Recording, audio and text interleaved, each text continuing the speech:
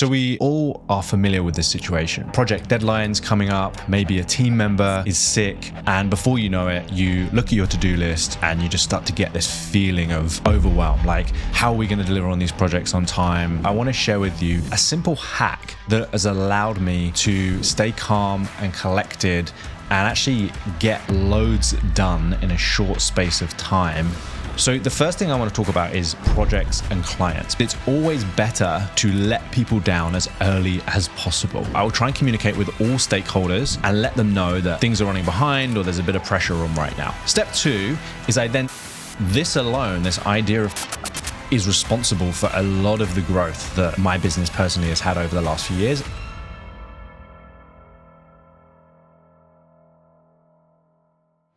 We've all had those weeks where it feels like the to-do list is never ending and there's just not enough time. It can get overwhelming pretty quickly. And so in this episode, I want to share with you a simple hack that has allowed me to stay calm and collected and actually get loads done in a short space of time, especially when I'm feeling overwhelmed. As always, if you enjoyed this episode, don't forget to hit the subscribe button and share it with a friend. So we all are familiar with this situation, right? Project deadlines coming up, maybe a team member is sick, and before you know it, you look at your to-do list, you look at the project pipeline, and you just start to get this feeling of overwhelm. Like, how are we going to deliver on these projects on time? How am I going to get all of this done? How are we going to get all of this done? It's a common thing, and it happens at different points through growing your agency. So I experience this myself, but I also observe my clients experiencing it. And because I can be objective and I'm kind of on the outside as a coach, I can see things that they can't see because they're kind of in the trenches trying to fight the battle rather than having that bird's eye view to see where all of the moving pieces of the jigsaw are. And there's a few strategies or one particular technique that I find really, really helpful when dealing with overwhelm and when having lots and lots of things on your plate and on your to-do list. So let's zoom out for a second and let's think about what the overall strategy is for getting more done and avoiding overwhelm. There's going to be different things on your to-do list and they're all going to have varying priorities. Even though right now they might feel like they all have very high priority, in reality, they have different levels of priority. So the first thing I want to talk about is projects and clients, because they're often the ones that feel most urgent and the ones that cause the most stress because we kind of feel internally like we don't want to let anyone down. We want to make sure we deliver on time. So I learned this the hard way. And what I've realized through over kind of 15 years now in various businesses is that it's always better to let people down as early as possible. And so you've probably heard the phrase under promise, over deliver, right? And it's a kind of basic kind of cliche concept in the creative space or in the service space. But what does that actually mean? Well, let's say, for example, you tell a client that you're going to deliver whatever it is that you're delivering, your landing page, your video, your brand guidelines, whatever it is, in, say, 2 weeks' time. When you start to feel this overwhelm and when things start to pile up, the thing that I do straight away is I look at what are the projects that are likely to miss a deadline or have to be pushed back. And even if I think I can make that deadline by working longer hours, by getting some freelancers on board or whatever, I will actually reach out to the client as far in advance as possible and tell them that we are no longer going to be able to hit the deadline that we first told them. And it's a really hard thing to do because we don't like changing deadlines, but also in our minds, we often tell ourselves, oh, well, we probably can get this done. Like if we work really hard, if we do this, if we do that, we probably can get it done. But it's that thinking that actually creates the burnout and the overwhelm because we've committed to things that we can make if we try really hard, but we're trying to ease the pressure rather than put the pressure on. And it's always better to say to a client, hey, by the way, we thought we were going to miss this deadline, but actually we've managed to pull a few strings, we've managed to move a few things around, and we've actually managed to get it done. So the first thing I would do when I'm feeling that sense of overwhelm is I'll look at all my projects in the pipeline or on the board, however you manage your projects. And I will look at like what projects have some risk, even if it's small, of running over or us not delivering on that. And I will get on the phone straight away and I will just apologize. I say, I'm really sorry. Some things have happened our end. And you can tell them the truth. Like if a staff member has dropped out or is sick or whatever, we're just really understaffed at the moment. We've got a few people off sick. I don't want to let you down last minute. So just letting you know that it would be really beneficial for us if we could push this project back a week, for example, and give yourself plenty of breathing space. So you're only going to have to do it once. That's the key, right? Because what I've realized is that a lot of keeping clients happy is basically delivering on promises, like micro promises that you make. So if you say you're going to send this thing over to them on Thursday, when you send that thing, the client goes, oh, they said they were going to do this and they did it. It builds these moments of micro trust. And so when I had like the best client relationships in my agency and when I have the best client relationships in my business, a lot of the time it's simply just doing what we said we were going to do. So we want to try and avoid breaking commitments, even if it seems small. It's better to have that difficult conversation up front, first of all. So I just wanted to kind of zoom out and look at the bigger picture in terms of how to handle some of these things. And then I'll tell you the actual strategy that I use in order to get more done and actually feel, I guess, more relaxed in my week as things are going on. So that'll be the first step. I will try and communicate with all stakeholders and let them know that like things are running behind or there's a bit of pressure on right now. That in itself can often ease the pressure just alone. Oh, we've been given an extra week for this project. Might seem really simple, but you would just be surprised the amount of people that don't do that because they're worried about what that client will think or they just don't want to have the hard conversation, right? So that's step one. Step two is I then sit with my team and I just get everything out onto a blank piece of paper or a board or whatever it is that you manage your projects with. And so I call this the brain dump. And the brain dump is really about getting stuff out of your head down onto paper. And it doesn't matter how small or how big, it's like everything that you can think of that you need to do. And this can be personal as well. Like if you're doing this just on your own, this can be personal stuff. It could be like, oh, I need to get that gift for my son's friend's birthday or like whatever it is. It's like, I imagine that our brains are a little bit like a computer. And if we have too many programs running at the same time, then it's going to slow everything down. And programs are like thoughts, to-do lists, things that are occupying our mind, basically, right? So the brain dump is one of my favorite exercises that I do with my clients because, again, it just takes that mental load. It takes that cognitive load. And I will literally just write it down as things come into my mind. And it can be throughout the day as well. So I like to keep my notes app handy, like on my home screen. And I even have a little shortcut for it. So if I want to, I can just voice note myself and I'll just think of everything that comes into my head. Oh, I need to make that bank transfer. Oh, I need to do this. I need to do that. Oh, I need to think about how I'm going to, and just get everything out of my head. So just everything that comes up. And I'll do this at the beginning of the week. I'll add to the list throughout the week as things come up. So nothing is staying in my head. I don't go to bed worrying like, oh God, what about this? What about that? It's like, it's all down there and it's for everybody to see. So that's step two, which is the brain dump. Step three is then I want to categorize that brain dump into different areas. So there might be some things on there which are directly related to specific client projects. So I'll write that project name down and then I'll write down all of the things under there that we feel we need to do and the team needs to do and just get a list, almost like a checklist. Then I might do it for things like admin. I need to send that invoice. I mean, I won't get into you shouldn't be sending invoices and I've done plenty of episodes on that, but I'm just using things as an example that might come up for you. So I need to send that invoice. Oh, I need to send that email to so-and-so, right? So we might have a category that is communication. We might have a category that's finance admin. We might have a category that's team. We might have a category that's personal. And so in coaching, I kind of learned this technique very early on and it's called chunking. And there's different ways that we can chunk. We can chunk up and we can chunk down. So chunking up is about taking lots of little things and making them into a big thing. So instead of having 100 things on your to-do list, you've got 4 key categories or 4 key ideas. Chunking down is the opposite. So we take a big idea like lead generation and we break it down into smaller tasks. Like what are the exact steps we need to do around lead generation?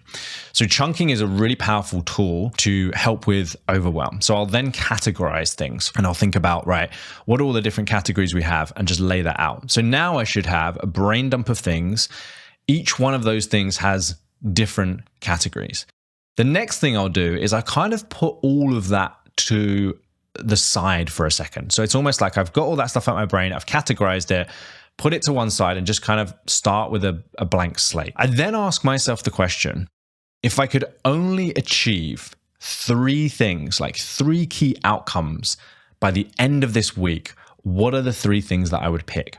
Now, that question is often hard for people because it's like, well, I need to do more than 3 things. There's 3 really important things.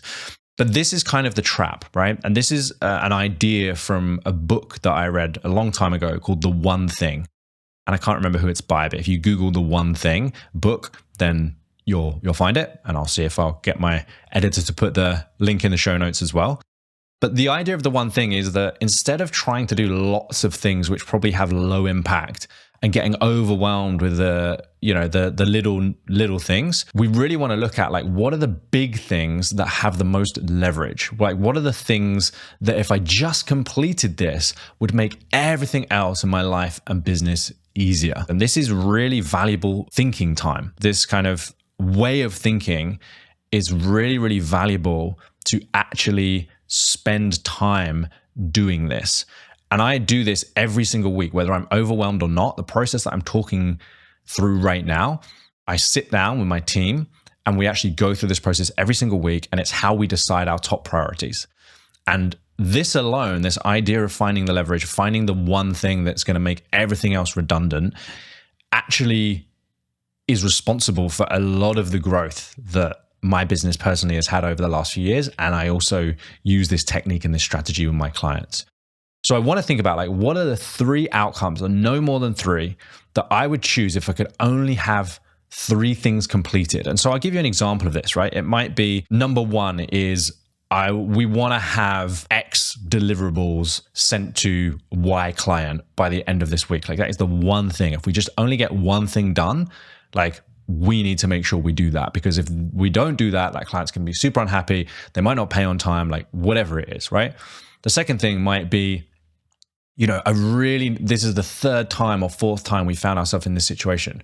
We really need to create some kind of SOP for this process. Maybe it's onboarding that's like taking up all my time and sucking me back in as a business owner. Maybe my team isn't clear on like, what are the priorities? How do we handle this particular thing? So the second thing, by the end of this week, if I could have like some kind of SOP or system around client onboarding, then, oh my God, that would make everything so much easier. And I could take myself out of this process. I wouldn't feel stressed. I wouldn't feel overwhelmed.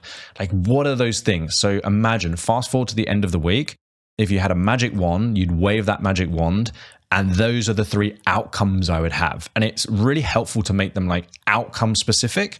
And it's also very helpful to make it so that those outcomes are within your control. So rather than like, I would have 5 clients by the end of this week, that's great, but it's kind of outside of your control. Like, what are the things that you want as outputs that would make it very likely that you would get 5 clients, right? So is it, I want to have 5 sales calls? Is it you want to have a partnership agreed where someone's going to promote your offer or something valuable to their audience? Like, what's the actual outcome that's kind of a bit more within your control? So I find that useful, because sometimes my clients do this and I want 5 clients, I want this, I want that. And it's like, it's a great goal, but if you get to the end of every week and you haven't achieved that, you're going to start feeling a bit bad about yourself. Whereas if it's within your control, it's like something I can do that is going to create this particular outcome, then that's way easier, right? So that's the next thing. So by now you've got clients know that they're going to miss that deadline, or they're going to give you an extra week extension. You've then got a brain dump of all of your ideas, all the things that you feel like you need to do. And this should be something your whole team is kind of in on, so you all know. Then you've got categories, and now you've got priorities. Like, what are the top things? And sometimes what happens is you see that number 1 thing, and then you look at the brain dump and you're like, right, all of that stuff on the brain dump there in that category, or these few things are related to getting this outcome. So then I start to drag things from the brain dump into the kind of subtasks of this one goal that I've set out, right? So now everything's kind of starting to line up a little bit. There will be things on that brain dump that you just won't get done. And there's this idea that Tim Ferriss talks about in the 4-Hour Workweek, which is automate, delegate, and eliminate. And he talks about these are the 3 things that you can do with tasks that are on your to-do list. You can either automate them, so you put that work in once and then it just happens every week automatically. You can either delegate them to somebody else, like who can take this off my plate, or you can just eliminate them, like we're not going to do this and I've just accepted that this isn't going to get done, and that's okay, because you can't do everything, and thinking that you can is going to lead you to feeling overwhelmed and burnt out. So things start coming together now. We have our top 3 priorities. We have our brain dump. We look at that in terms of categories. We start bringing things in. What stuff in this brain dump is actually related to the things that we want to achieve? Now, one thing I'll say is that in this process, especially in the weeks that are maybe feeling a little bit overwhelming, there will be things that you just have to let go. Like there'll be things where you're like, oh, we need to do this week, but it's not within your top 3 priorities. And so my suggestion to you is get good at moving that to the next week, delegating it to someone who might not do it quite as perfectly as you, or just letting the person know, whoever's on the other end of that thing isn't going to happen. Once you can kind of get comfortable with doing that, it frees up how you feel about running your business. Like, I just want to emphasize, this is such a fundamental shift in mindset and how you feel when you're kind of overwhelmed in your business. And it can make a huge difference to how you feel day to day running your business. When you're able to just kind of let those things go, when you're able to say, no, I'm going to be strict. These are our priorities. And if we get this done, do you know what? It's been a really good week. And we're just going to have to deal with the fallout from all of that other stuff that hasn't got done. It's a different way of dealing with things. And it's a much, for me at least personally, and I hear this feedback from my clients, it's like a much lighter way of running a business. It's a much more freeing way of running a business, instead of feeling like you have to do every single thing that comes onto your to-do list. So then the final part, and this is kind of what I alluded to at the beginning, which is this hack or this strategy, is something that I call time blocking. And I think the reason this works so well is because there's something called Parkinson's law, which is really about this idea that work expands to fill the time that you allocate to it. And so you've probably experienced this yourself. When you have like a tight client deadline, you think, oh God, that's impossible, but you manage to pull it out of the bag. And then you have other things where you've got weeks and weeks to do it, and the weeks kind of go by and you still haven't really made much progress. And it's because there's not that time pressure. So the way that time blocking works is you're actually going to fill up your diary. So imagine like today's Monday and you're looking at your day ahead. Monday morning, I prefer to do this the night before, because then you wake up and you just know what you're doing. So let's say today's Sunday and you know you've got a big week coming up. I will sit on a Sunday evening for sometimes between an hour and 90 minutes if I've got a really busy week. And at least for the next couple of days, I will time block everything in. And what that means for me is physically putting that thing in my calendar. And it's everything from personal stuff to business stuff. So for example, I even put like a lunch break in there, put like a 30 to 60 minute lunch break. And interestingly, the busier I am, usually the longer I take for lunch, because I know I'm going to need that headspace. And I try my hardest not to work in my lunch, like reading emails, watching videos, whatever. I really try and switch off and take that time for myself, because I know it's going to allow me to feel more rejuvenated coming back into the workday. So everything from lunch to going to the gym, and I block it out.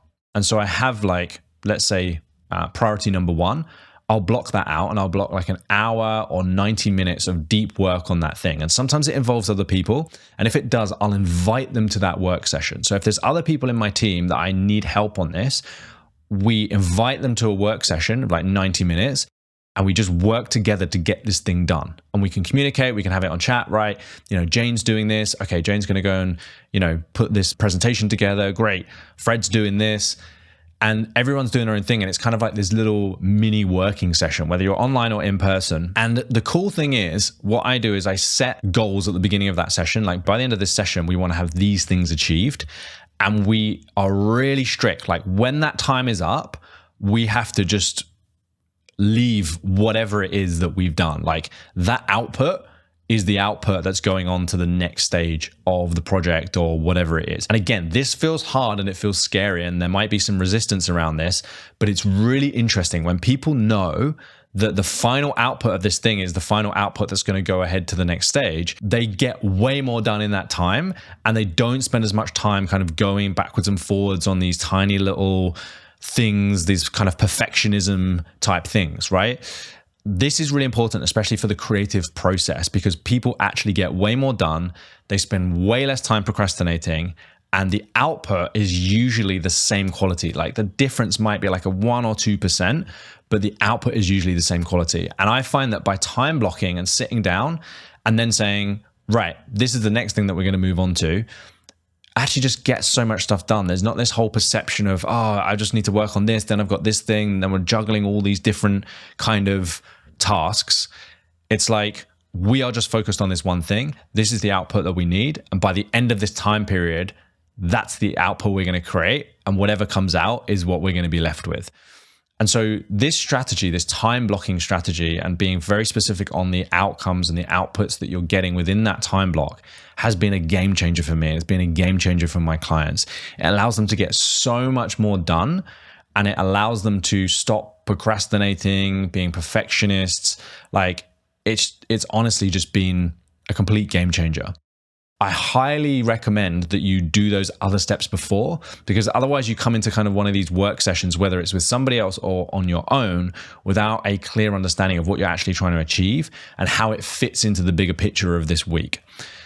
So just zooming out for a second, this might seem like, wow, this is really granular, Matt, like going into a lot of detail about this. But I genuinely believe this thinking time is one of the most underrated strategies in order to grow a business in a way that doesn't feel like overwhelm and isn't gonna cause you lots of stress.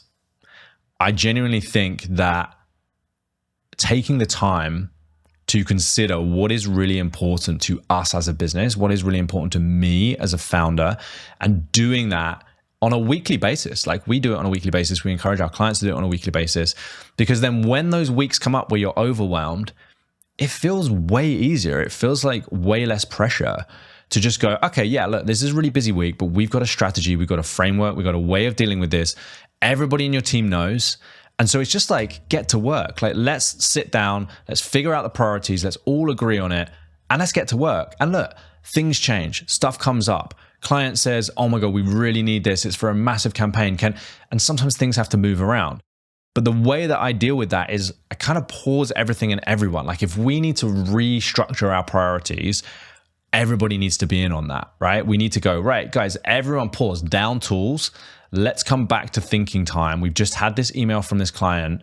Let's pause for a second and figure out what we really need to do. What can we drop? What can we move? Do we need to communicate with this client? Do we need to change this? Do we need to change that? And so that kind of thinking time is so valuable, and people don't do it because there's too much pressure and they worry like, oh, we don't have time to sit around and think about X, Y, and Z. We just need to get on with it.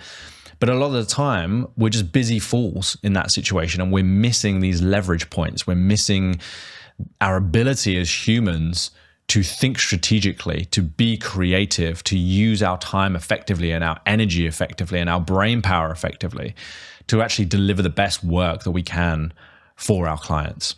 So I hope you found this episode valuable. That's my hack for when you're overwhelmed, when it feels like there's so much to do but not enough time.